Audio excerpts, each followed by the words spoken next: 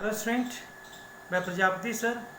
आज हम लोग बात करेंगे कि वर्ल्ड बैंक किस आधार पर किसी को विकसित देश और किसी को अविकसित देश के रूप में मानता है, या कहें कि वर्ल्ड बैंक किसी रिच कंट्री या डेवलप्ड कंट्री और किसी लो इनकम वाला कंट्री मानता है। तो हम लोग बात करते हैं कि वर्ल्ड बैंक 2016 के अनुसार एक डेटा है कि जिस कंट्री का इनकम यूएस डॉलर के हिसाब से 12,236 से अबव है, वो कंट्री डेवलप्ड कंट्री में आता है। और 2060 के अनुसार जिस कंट्री का इनकम यूएस डॉलर के हिसाब से पर कैपिटा इनकम पर एनम के हिसाब से 1055 है, तो लो इनकम वाला कंट्री माना जाता है। अब इंडिया की पोजीशन क्या है? तो 2016 में अगर इंडिया की बात करें तो इंडिया का जो पर कैपिटा इनकम है 1840 यूएस डॉलर के हिसाब से है, इसीलिए मध्य आय वाला देश है।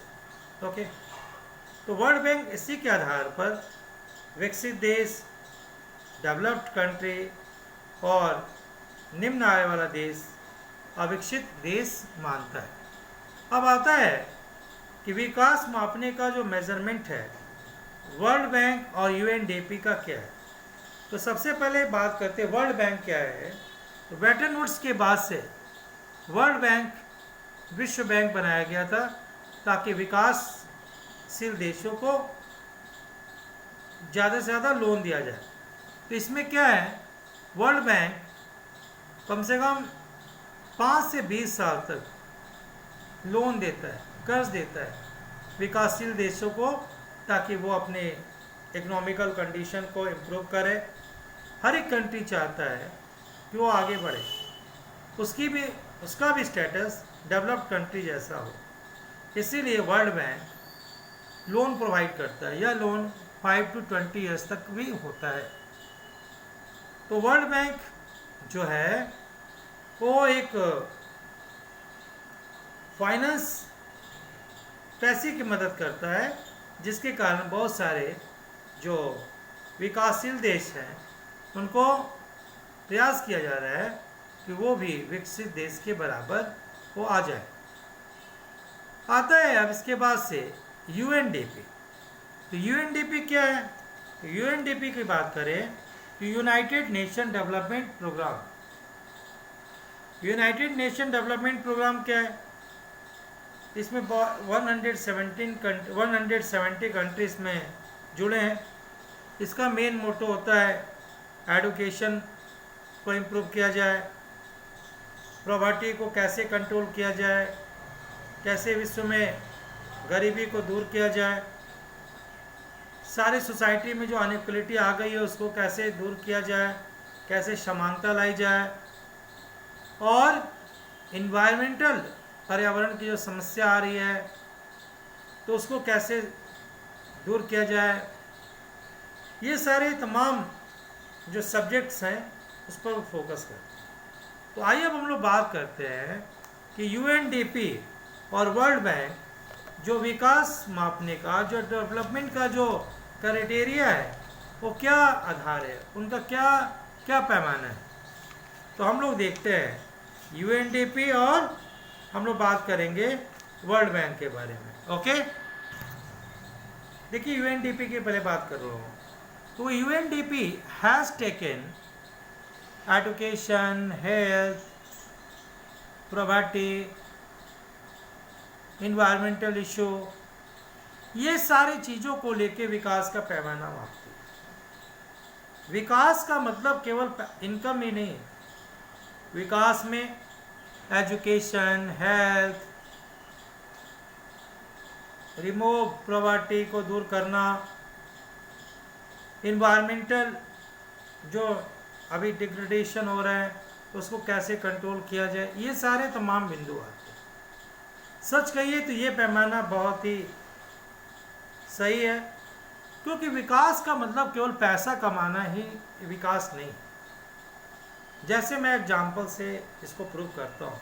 यदि मान लीजिए आपका जॉब एक ऐसी जगह होता है, ऐसी कंट्री में होता है जहाँ आपकी इनकम बहुत ही ज़्यादा है, लेकिन इनकम के साथ साथ आपको प्रॉब्लम क्या है, वहाँ का इन्वायरमेंट अच्छा नहीं है, वहाँ डिजीज़ हैं, बीमारियाँ फैल रही है,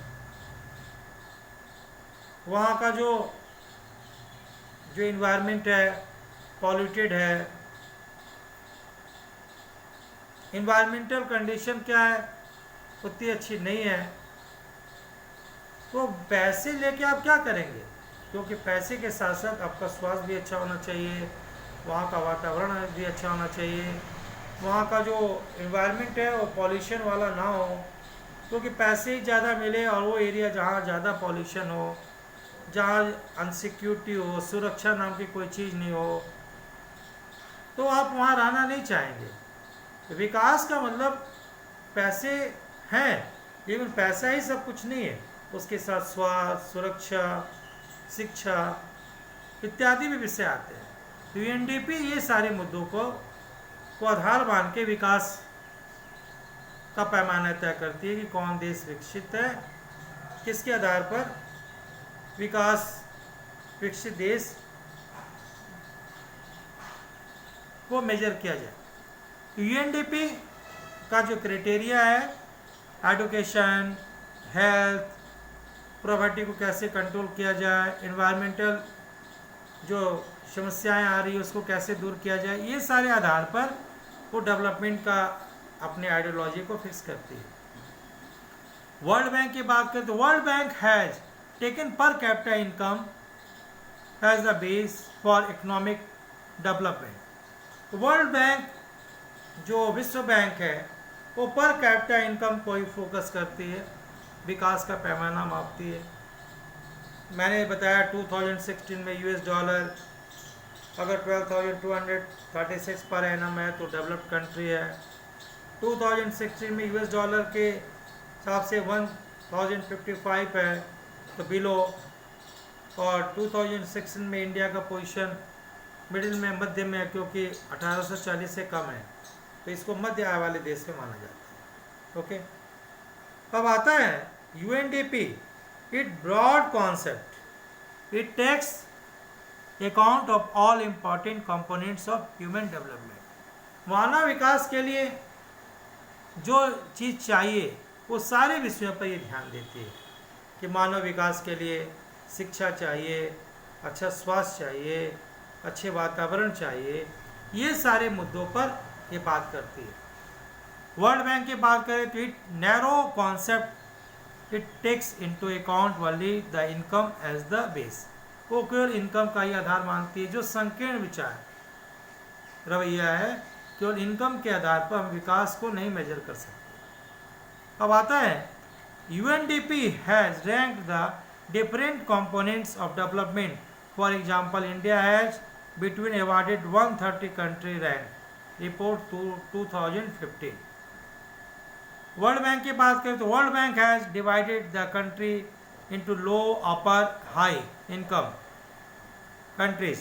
India comes under lower middle income groups. Okay? तो हम लोग इसको हिंदी में देखते हैं तो वर्ल्ड बैंक अमीर देश गरीब देश में विभाजित किया है। 2015 के अनुसार भारत को मिडिल इनकम वाला कंट्री माना जाता है, जबकि इंडिया यूएनडीपी की बात करें तो देशों को विकास के विभिन्न डिफरेंट उसको अंगों में विभाजित किया गया है। तो इंडिया को, भारत को 130 का दर्जा दिया गया है 2015 के अनुसार। ये अगर पूरे विश्व की बात करें तो उदाहरण भारत को 130 का दर्जा दिया गया 2015 के रिपोर्ट के अनुसार। तो आज हम लोगों ने बात किया कि वर्ल्ड बैंक जो किस कंट्री को डेवलप्ड कंट्री और किस कंट्री को डेवलपिंग कंट्री मानता है। तो वर्ल्ड बैंक पर कैपिटा इनकम पर एनम को ही आधार मानता है, जबकि UNDP education, income, health, environmental, property, ये सारे इशू के बेस पर विकास का मेजरमेंट करता है। ये वीडियो अच्छा लगा होगा तो आज इतना ही। Thank you very much.